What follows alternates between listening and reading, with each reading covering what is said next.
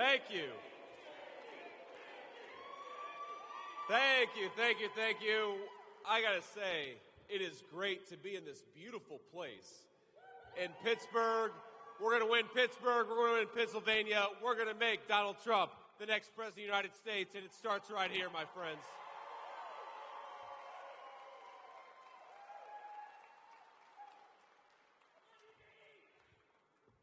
Now, I honestly am just, my breath is taken away by this beautiful space. And it makes me realize, the place where we stand, Pittsburgh, Pennsylvania, is one of the great capitals of American craftsmanship and American manufacturing. It is an incredible, incredible place.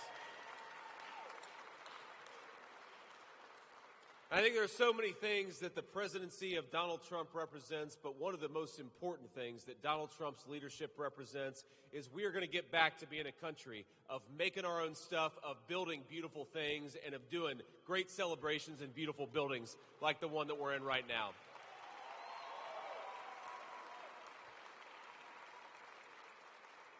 Now, we've got a lot of great local officials here, and I want to call out in particular the great Congressman Guy Reschenthaler. Where's Guy at? Thank you, man. Appreciate you. And I just want to say, my friends, we've got, it's hard to believe, 19 days to go. 19 days to work, 19 days to knock on doors, 19 days to make phone calls, 19 days to get our friends to the polls to vote, and 19 days until we get to say to Kamala Harris and her broken leadership, you are fired. Go back to San Francisco where you belong.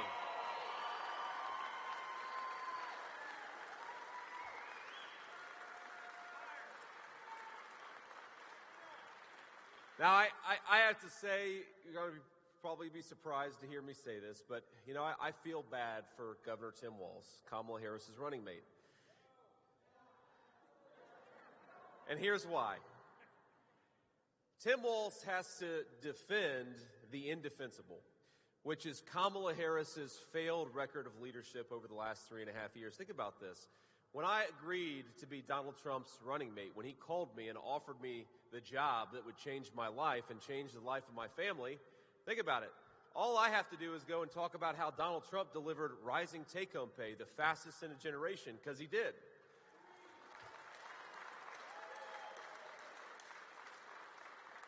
I've got to go out there and talk about how Donald Trump delivered rising wages for workers and inflation that was the lowest in 40 years in the United States of America. He did that too.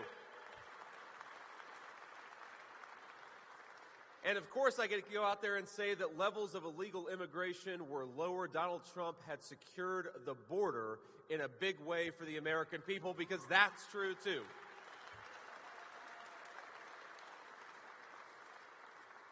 Now, here's what Governor Walz has to do. He has to try to pretend that Kamala Harris hasn't delivered the fastest rising inflation in a generation in this country. The state of Pennsylvania is paying $1,000 more a month to afford what y'all could have afforded just 3.5 years ago when Donald Trump was president. Tim Walz has to pretend that Kamala Harris didn't open the southern border, and of course we know that she did. She came into office bragging about it, and then she did that exact thing. And Tim Walz has to go out there pretending that Kamala Harris, the person who delivered chaos around the world, is going to somehow bring peace to a globe that has gotten more intense with war because of her leadership. That's a pretty hard job, my friends. But I think that we all, Tim, don't worry, because in 19 short days, we're going to end that job, because the American people are not buying your crap, and they're not buying Kamala Harris's crap. We remember.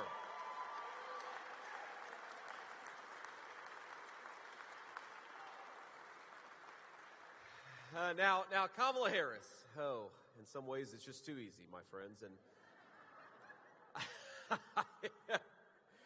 And you talk about Donald Trump's record of achievement, and fundamentally, you're talking about a great period of peace and prosperity for the American people. You talk about Kamala Harris and what she said, and man, we could be here all day. Think about it. Yesterday, she had an interview with Brett Baer. Did you all see that interview with Brett Baer? Wow. That made me feel pretty bad. It felt bad for her, and I felt bad for every single person who was watching. Because remember, Kamala Harris, we're going to remember that the entire theme of her campaign is basically her pretending that she doesn't even know who Joe Biden is. Don't pay attention to that high inflation. Don't pay attention to that wide open southern border, because Kamala Harris will tell you it's not her fault. She's never even seen Joe Biden. That's what she'll go out there and tell people. She'll stand up in front of crowds without a hint of shamelessness and say, on day one, we're going to fix the inflation crisis affecting American families. On day one, we're going to lower the price of groceries. On day one, we are going to secure that southern border. And anybody with a lick of common sense is saying, Kamala, day one was 1,400 days ago. What the hell have you been doing that whole time? Go do your job.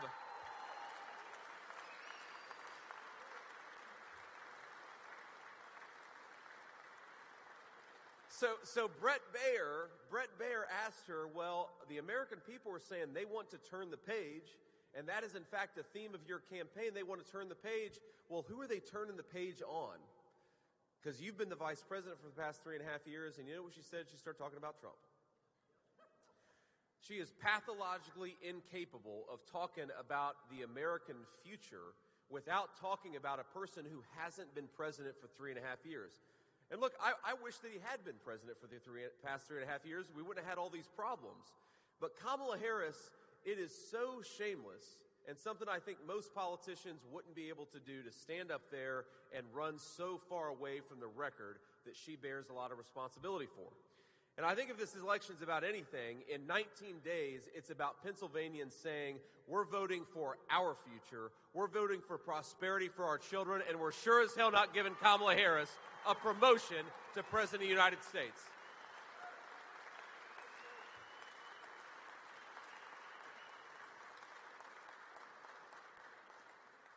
Now, I want to just talk a little bit here about not just the affordability crisis that's affecting Pennsylvania families, but how we're going to make it better.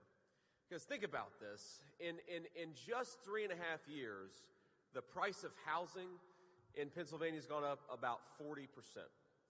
The price of eggs has gone from about $1.50 to well north of $3 for a dozen eggs. The price of groceries writ large is up about 25% because of Kamala Harris's policies. And we all know, my friends, this is not rocket science. If you want to lower prices on American families, the most important thing that we need to do is unleash Pennsylvania energy workers. Drill, baby, drill. That'll lower prices for all of us.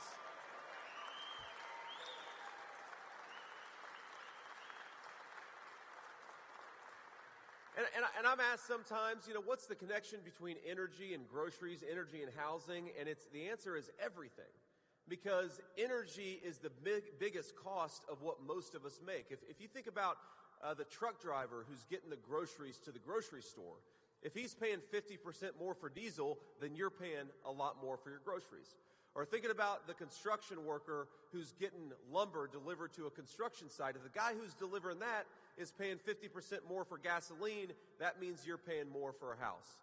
So the biggest thing that we can do, and the biggest and most important thing that Donald Trump, I think, wants to do to lower prices for Pennsylvania families is very simple. We're going to drill, baby, drill, and unleash American energy.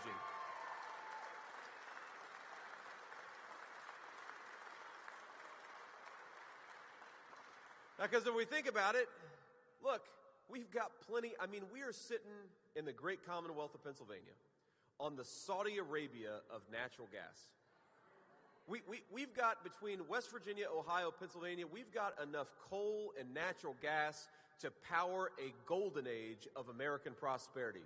But the only way we're going to be able to take advantage of it is to fire Kamala Harris, who's saying she wants to buy oil and natural gas from tin-pot dictators all over the world. Donald Trump and I want to buy it from American workers and American territory. We got plenty of it right here at home.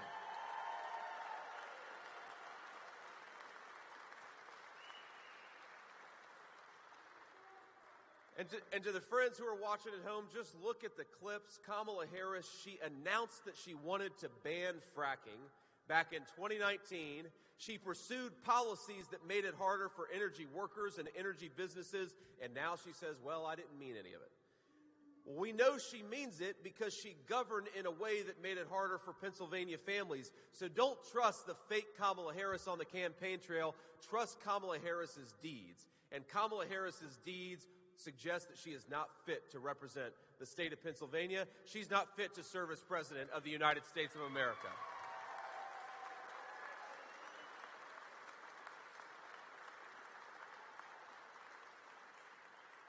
Now, let's talk about something else where Kamala Harris's deeds don't exactly match her words, and that's what's going on at the American southern border. Now, Kamala Harris, I don't know if you've watched any of her interviews lately, but I don't recommend it, by the way. You lose about 20 IQ points if you do. But Kamala Harris has got religion on the border. All of a sudden, after 3.5 years of being the border czar during the worst period of open borders, Kamala now tells us that she really cares about a secure southern border. And she blames Donald Trump, who has not been the president for the last 3.5 years. That's her boss. She blames Donald Trump for the problems that have come up during Kamala Harris's own time in office. Now think about this. On day one, Kamala Harris undid 94 executive orders of Donald Trump's that destroyed his successful border policies. She ended Remain in Mexico. They suspended deportations. They stopped construction of the Trump border wall. I've been to the border more times than Kamala Harris, and if you go down there, you know what you see? Big, beautiful slabs of rusted border walls sitting on the ground because Kamala Harris has made it impossible for American workers to build an American border wall. And now she wants to lie to us and tell us that she cares about the border. Well, how dumb do you think we are, Kamala Harris? We saw what you did. We don't believe what you say now that you're running for president.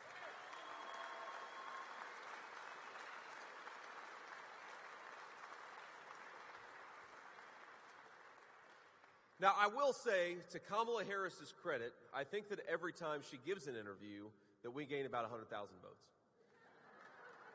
And the reporters will talk about how, until yesterday, and of course that was a disaster, that Kamala Harris would only do softball interviews. Now, we have any sports fans? We have any baseball fans in the room here? Okay, good. Well, you know, as everybody who's ever played baseball or softball will tell you, the problem with a softball interview is that you still have to be able to hit a softball. And unfortunately, even when Kamala Harris goes and does a softball interview, she says something that blows up the entire narrative of her campaign. Now, I don't know if you all noticed, but about 10 days ago, she did an interview with The View, all right? Now, that is the easiest interview in the world for a Democratic politician, okay? I love Tucker Carlson, but that's like me going to do an interview with Tucker Carlson and call it a tough interview, right? She gives an interview with The View, and they say, what is one thing that you would have done differently than Joe Biden during your time in office? And she said, nothing comes to mind. Nothing comes to mind. After standing up there and lying for years, or I should say months, about how she's going to somehow be different than Joe Biden, she cannot name a single thing that she would have done differently than Joe Biden. And I think that actually her interview revealed an important truth about the Kamala Harris campaign. If you think about their plans, if you think about their slogans, because they don't really actually have any details, maybe we should change the slogan of the Kamala Harris campaign to nothing comes to mind, because I think that would capture the Kamala Harris campaign better than what they're saying right now.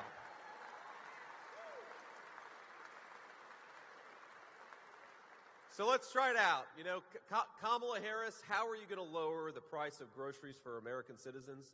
Nothing comes to mind. Kamala Harris, how are you going to secure the border that you opened for 3.5 years? Nothing comes to mind. Think about it. I think we may have just saved the Kamala Harris campaign because at least she'll be honest if she just goes out there and says to every question, nothing comes to mind. That would be honest.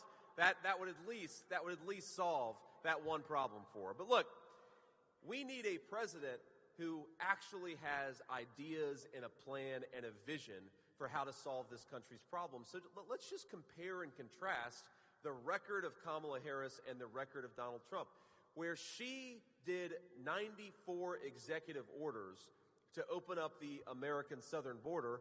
Donald Trump shut down that southern border, built the wall, and secured America for American citizens. That's a hell of a record to run on. Where Kamala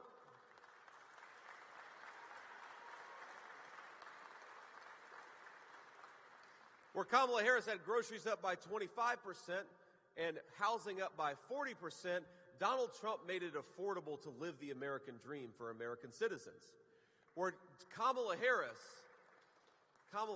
wants to raise taxes on American workers and reward companies that ship jobs overseas, Donald Trump wants to cut taxes for American workers and penalize the companies and the countries that are shipping our jobs overseas.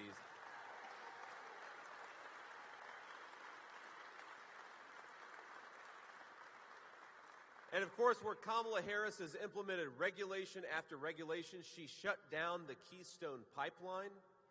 Donald Trump is going to reopen that pipeline and open up American energy for all of our citizens.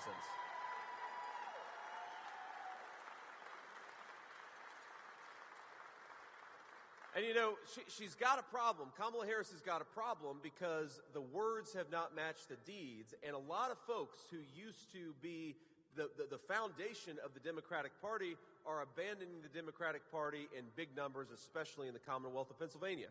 Now, a lot of you know my story. I was raised by two blue-collar Democrats, my grandparents who took care of me because my own mom struggled with addiction. But I think my grandparents, if they were alive today, they would be doing what a lot of other Union Democrats are doing, which is recognizing that the Democratic Party of Kamala Harris has left them behind, and they are welcome in the Republican Party of Donald J. Trump.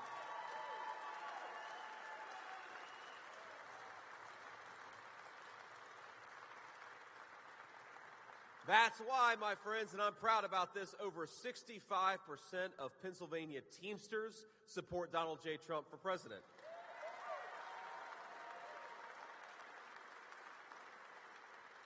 And that's why union workers, non-union workers, but pretty much just everybody with common sense is welcome in the big tent Republican Party of Donald Trump. I don't care what letters next to your name, you're welcome in our movement. Now, I want to talk just about, somebody asked me earlier why we think we have so much division in the United States of America. I think it's an important it's an important question, because I think, look, whoever they vote for, whatever their background, I genuinely do think most of our fellow citizens are good people. Whether Democrat, Independent, or Republican, there are neighbors, there are friends. But here's, when Kamala Harris talks about division, she likes to blame the Republicans in our country for being the source of that division. And I'm thinking to myself, well, where is the leadership of this country? If you've been the vice president for 3.5 years, maybe the divisiveness in this country is something you ought to look in the mirror about rather than blame Republicans all over the United States of America.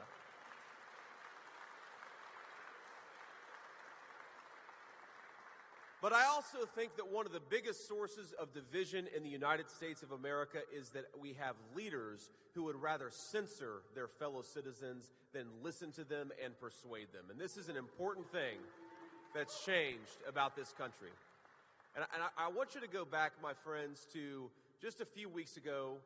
I pointed out that there's a small town in Ohio, and of course there's Charleroi, Pennsylvania. There's what's going on in Aurora, Colorado. We are seeing all across this country that criminal gangs sometimes are moving into our communities and making it unsafe for American citizens. And even if it's not criminal gangs, sometimes it's just people moving into our communities who have no legal right to be there in the first place. Now, that causes a lot of problems, especially for the folks who are watching this at home. When we add thousands upon thousands of children of illegal aliens to Pennsylvania schools, children who can't even speak the local language, that means American citizens lose quality in their education.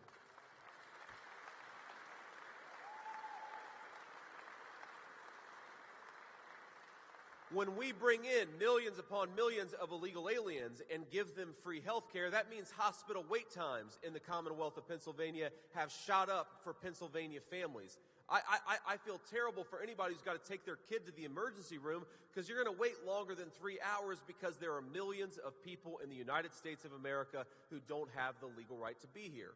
And here's the thing, Kamala Harris and her friends in the media, they will say that somehow Donald Trump doesn't support Social Security and Medicare. Donald Trump is fighting to protect Social Security and Medicare every single day.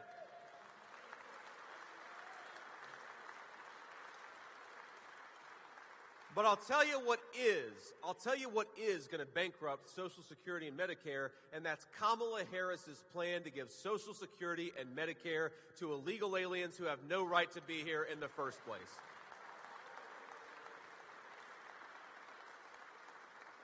So while Kamala Harris wants to roll out the red carpet for illegal aliens and give them Medicare and Social Security, the message of Donald J. Trump to people who are in this country illegally is simple. Pack your bags, because in 4 months you're going back home.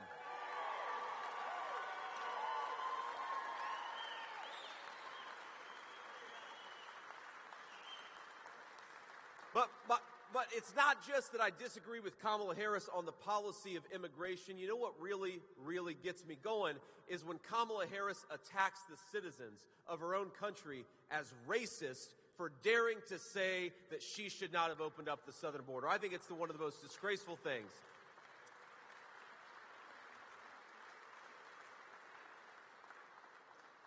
So I think our message to Kamala Harris ought to be very simple. Stop trying to censor us for criticizing your government. Stop calling us racist for saying that we got to close down that southern border. Stop accusing us of being bad people because we have the audacity to say to Kamala Harris that she ought to do her damn job. She needs to look in the mirror and stop attacking the citizens of her own country.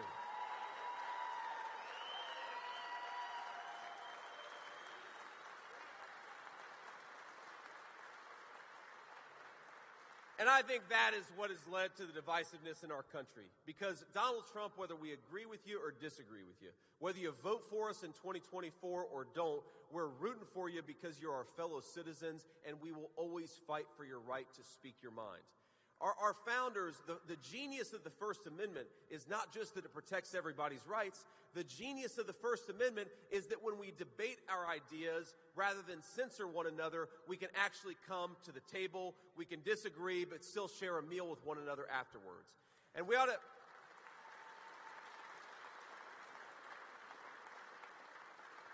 And we ought to remember that while Kamala Harris and Tim Walz talk a big game about bringing our country together, you do not bring our fellow citizens together by trying to silence them.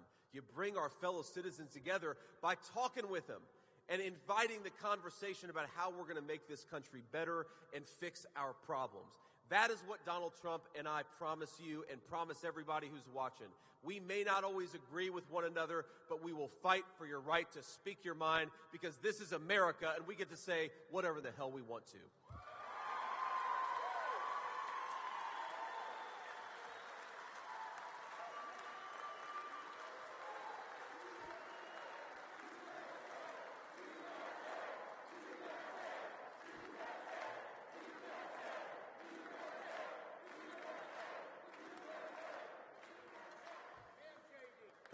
Thank you all.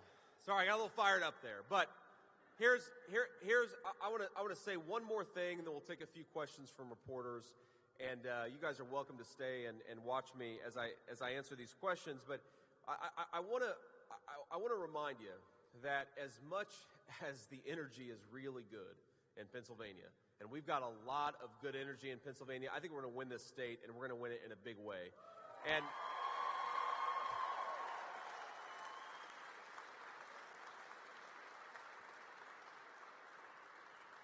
by the way, we're not just winning Pennsylvania just for President Trump and J.D. Vance. We're winning Pennsylvania for Dave McCormick, who's running for the Senate. Let's get out there and support him. And for a lot of our great congressional candidates, and I know we've got great state candidates running too, but we're not going to do it unless we get out there and vote.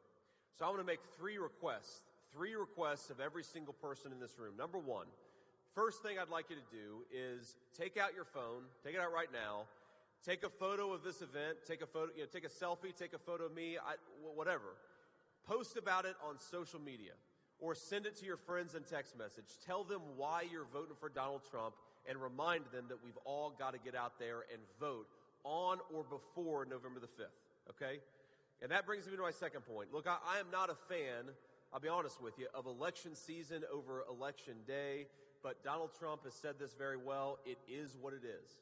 And we've got to take advantage of all the methods that we can to vote, because if we're not doing it, we're giving ground to the other side. So vote by absentee if you're not going to be in town. Vote by mail if that's what you want to do. Vote early if that's what you want to do. Vote election day. Just make sure you get out there and vote. But I believe that we've done more in the last few years on election integrity at the Republican National Convention. So rest assured, we are fighting every single day that your vote is going to count, but only if you get out there and actually cast it. So everybody, make sure you get out there and vote.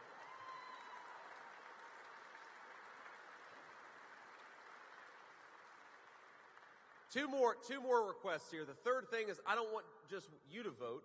I want everybody to get out there and get 9 of their friends and family to the polls too. Because if you do that, look, Pennsylvania could be decided by a couple thousand votes. And none of us want to wake up on November the 6th, this is nightmare fuel, with the idea of a president-elect Kamala Harris. So if you want to prevent that, don't just get yourself to the polls, get your friends and family out there too. Every single one of us commit 9 people in addition to yourselves to get out there and vote. And this is the final thing I want to say. I'm going to read this website because I want to make sure I get it right. SwampTheVoteUSA.com. Okay? And I'm going to repeat it again. SwampTheVoteUSA.com. At that website, you can find information about where to register, check your registration, check your polling location, make sure that if you've requested an absentee ballot, you can know how to track it. Because we're not going to win this election off the lies of the corporate media and the Kamala Harris campaign. We're going to win this election by working our rear ends off for it and getting out there and voting. So swampthevoteusa.com. Go to that website, check your registration, and make sure we all get out there and vote. Look, I think, man, we're 19 days out, and I'm feeling good about this election. I really think that we're in a position not just to elect Donald Trump the next president, but to take this country back in a very, very big and meaningful way. So let's do it.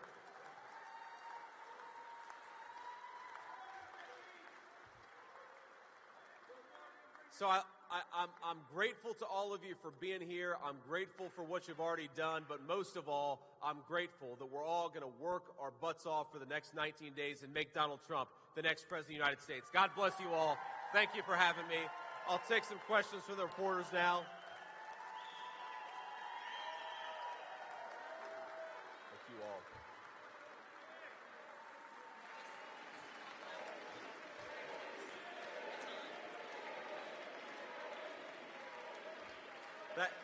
Thank you. Thank you all so much, but we're not done yet. We'll have a little bit more fun. But I'd ask that we start with the local reporters. I'll probably take 4 or so questions just because we've got to get on the road. But let's start. First question, I don't know if we got a microphone back there. I assume we do. Oh, and I love Jesus. Thank you, ma'am. It's always good to have that reminder. Jesus does love every single one of us, and that's an important thing. God bless you. First question. All right. Hi, Senator. Excuse me. Hi, Senator Vance. My name's Stephen Moore. Good to see you. I'm from WTRF Channel 7 in wild and wonderful Wheeling, West Virginia. There we go. All right. Now, the U.S. labor force participation rate is historically low, among young men in particular. There are a lot of reasons for this, from drug addiction, lack of education, mental health problems. How does this administration plan to address this issue and get our young people back to work so they can start families, buy homes, and participate in the American dream? Yes, sir. A very important question, and the most important way to get people back into the labor force is to make sure that we've got good jobs and the dollar goes far enough to support a family in this country. If you want to get people back to work, you've got to make sure that when they earn a dollar, first of all, they get to keep as much of it as possible, which is why we want to lower folks' taxes. But second of all, a lot of people are not going to choose to work if they work 40 hours a week, 50 hours a week, and they can't afford food, they can't afford to buy a house. This inflation that we've experienced under Kamala Harris's leadership, we've got to make the dollar worth a dollar again, and that's something Donald Trump and I are going to fight for every single day. Now, a second thing that we've got to do is that we've got to promote more pathways in this country to the middle class. When I was growing up, what everybody told me, all my guidance counselors, all my teachers, they told everybody, you got to go to college, you got to go to college, you got to go to college. Well, here's the thing. Now we're waking up and we realize we've got way too many basket weavers with a 4-year college degree, but we don't have enough electricians, enough welders, enough people who can build things in this country, and that's got to change. So we want to make it easier. Whatever you want to do, if you want to go be a doctor, go be a doctor. But if you want to work with your hands and build something in the greatest country in the history of the world, we've got to make sure there are pathways available for people who want to do that. And I think that's how we get people back engaged with the workforce, is we give them the training for the kind of jobs that they want to do. It's going to make our whole country better in the process. Thank you for the question.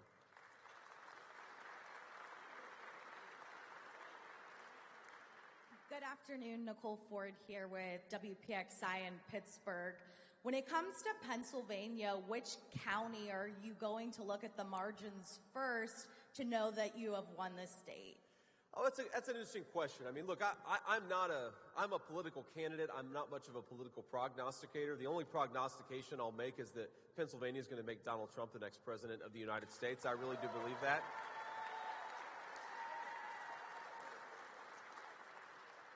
Look, I mean, the smart people who know this state will tell you, you got to look at Bucks County in the east. You got to look at, of course, Erie County in the west. There are a couple of really important counties that we're going to be paying attention to. But look, if you look at this, my friends, is why I'm so excited and why I'm so optimistic about this race. If you look at the early voting numbers, if you look at how much redder Pennsylvania has gotten in just the last couple of years, we are going to win this race so long as we work for it over the next 19 days. I really do believe that. But let me say the final point I want to make about this is the reason why I think President Trump's message resonates so well in Pennsylvania, more frankly than Republicans did from 20 years ago, is that President Trump believes in making things in America and stamping more products with the incredible label, Made in the USA. And the only way... Look, Pennsylvania has some of the proudest tradition of steel manufacturing, of craftsmanship in the entire country, frankly, in the entire world, but we have gotten way too far away from self-reliance in the United States of America. Let me give you a statistic that scares the hell out of me, and it should scare every person in Pennsylvania. China has 32% of world manufacturing GDP. That means of the goods that are made, 32% of them are made in China. Do you know what the number is for the United States of America? 18%. That means China makes more stuff. And I'm talking about the pharmaceuticals that we put into the bodies of our children, some of the important weapon systems of the future, the computer chips. We've got to make more of our own stuff in the United States of America. And the way to do that is to lower regulations, lower energy costs for American businesses, and to rebuild the great American middle class. And the final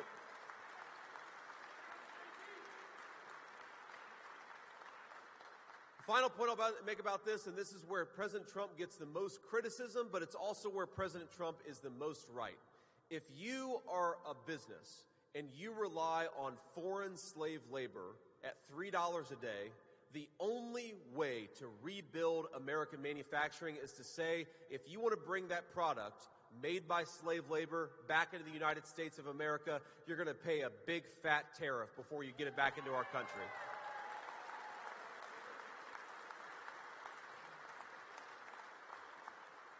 And my message to Pennsylvanians, don't trust anybody, especially Kamala Harris. When she tells you she's going to rebuild American manufacturing without forcing the Chinese to pay a tariff, there is no way to do it unless you're fighting hard against the people who are stealing our jobs and stealing our manufacturing industries. You got to do it. And if you're not doing it, you're not serious about rebuilding the American middle class.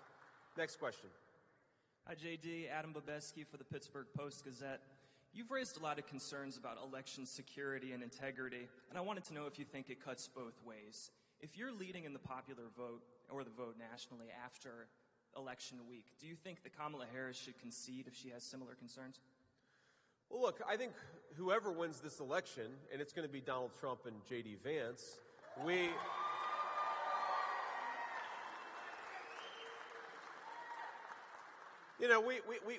certainly expect to have a good election. We certainly expect to be congratulating the winner, and we certainly expect that that winner is going to be us. But look, you can say on the one hand you don't think big tech should be interfering in an election, while at the same time respecting the results of the election. I don't think there's any inconsistency in that.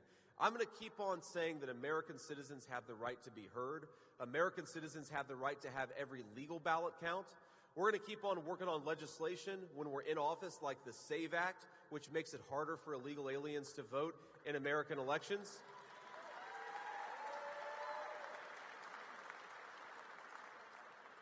And I think like most people in our country, whether they agree or disagree with me on any given issue, can admit that, we can have faith in the 2024 election, and I do have faith in the 2024 election, while accepting that we can do a hell of a lot better at the same time. Both of those thoughts can be held in our heads at the same time, and that's certainly true, I think, for a majority of the residents of this Commonwealth. Thank you.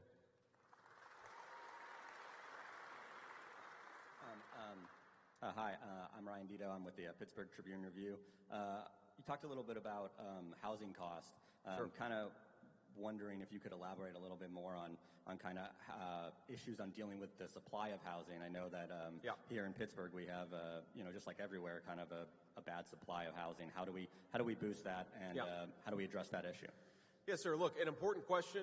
And look, we got to talk about the supply issue and the demand issue. So you asked about supply, so I'll start there. We don't make enough houses. There's not a high enough supply of houses in the United States of America. What does that mean?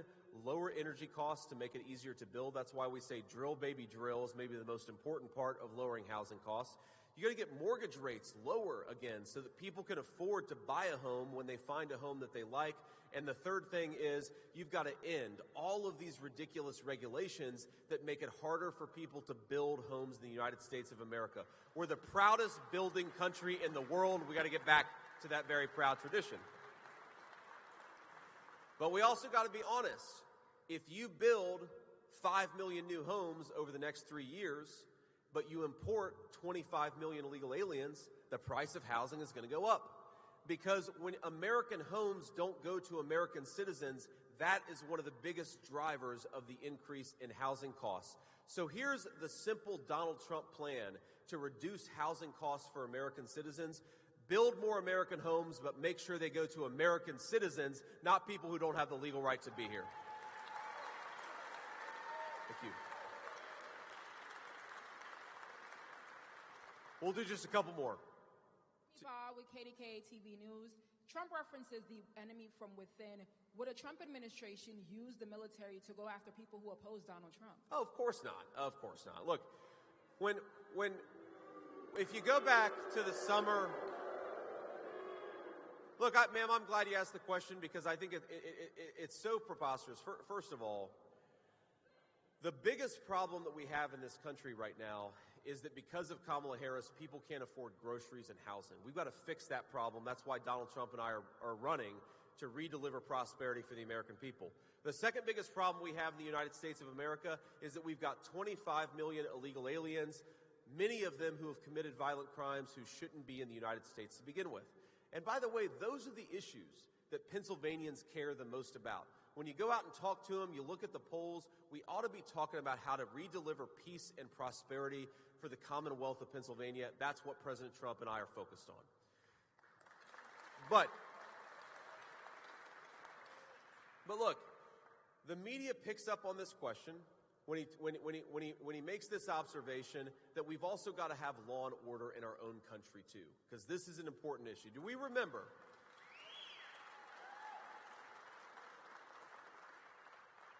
The media loves to talk about January the 6th, and of course, January the 6th of 2021, if you were violent, if you committed acts of violence, then you should be prosecuted for them. Everybody believes that. But what they don't like to talk about is just a few months prior when $13 billion of damage and 20 lives were lost in the mass riots across this country in the summer of 2020.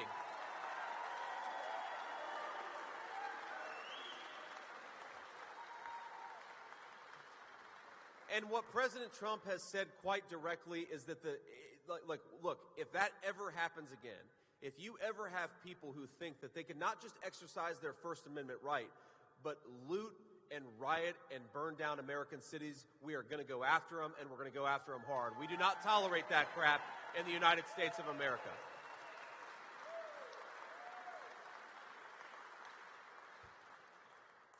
Kaylee Gunderson, WTAE Channel 4 in Pittsburgh. I know you've touched on election integrity, but I want to ask specifically about mail-in voting. How do you reconcile former President Donald Trump and members of the Republican Party previously casting doubt on integrity of mail-in voting when now many in the Republican Party and yourself are encouraging supporters to vote by mail? So let me say two things about that. First of all, as I said earlier, I don't love that we've gotten away from just having an election day where everybody casts the same ballot, everybody casts it on the same day. But again, the people of Pennsylvania, through their elected legislatures, through the governor, have changed how this works. And so I'm not saying that I prefer mail-in voting. I'm saying that mail-in voting is now here, so let's deal with that reality and make sure our voices count just as much as the other side. That's all that we're saying here.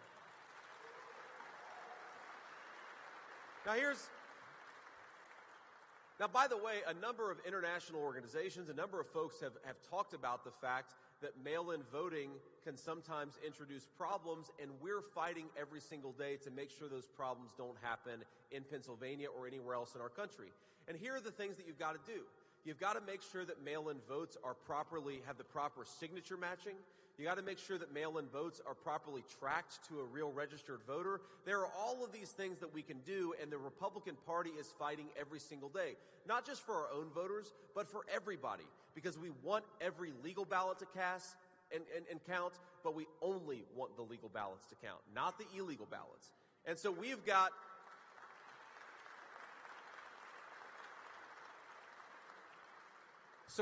the election integrity efforts underway to make sure that whether you're voting by mail, whether you're voting early, or whether you're voting in person, that your ballot is going to count. So my message again to everybody is get out there and vote, because it's the only way that we're going to send Kamala Harris back to San Francisco where she belongs.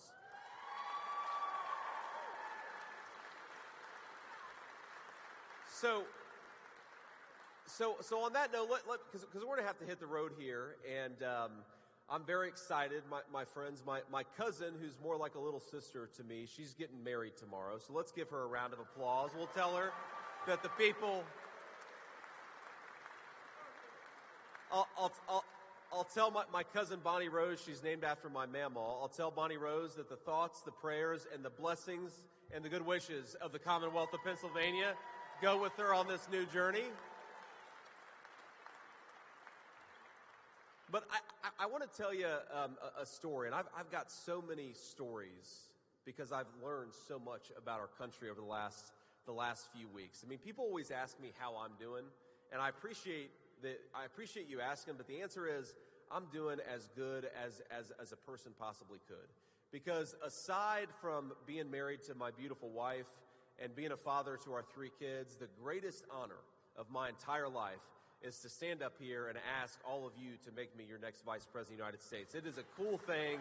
It is a great honor.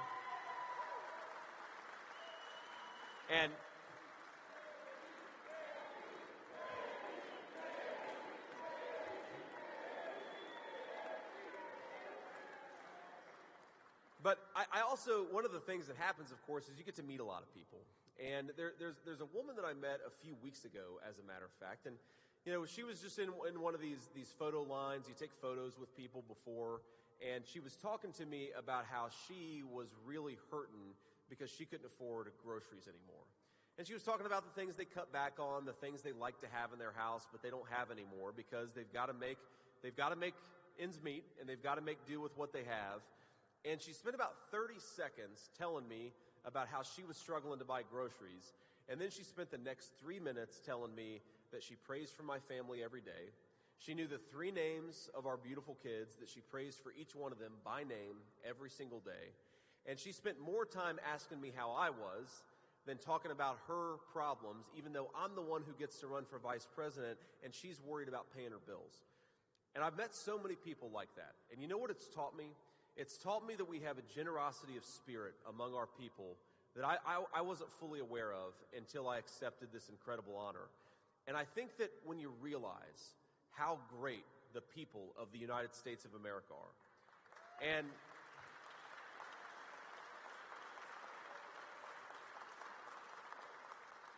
and how beautiful of a country we have. I was in Williamsport, Pennsylvania just yesterday, I believe, and we get off the plane, and there's this mountain by the airport that is red and yellow and orange and green because, of course, Pennsylvania is really beautiful, but especially this time of year. And we've got the best natural resources. I mean, the Chinese and the Russians would literally kill for, sometimes they have, for the natural resources that we have just right here in the Commonwealth of Pennsylvania. And I realize that as frustrated as sometimes we get, and certainly as frustrated as I get, with the failure of Kamala Harris's leadership, we've got to remember, my friends, that the only thing that is truly broken about the United States of America is the failed leadership in Washington, D.C.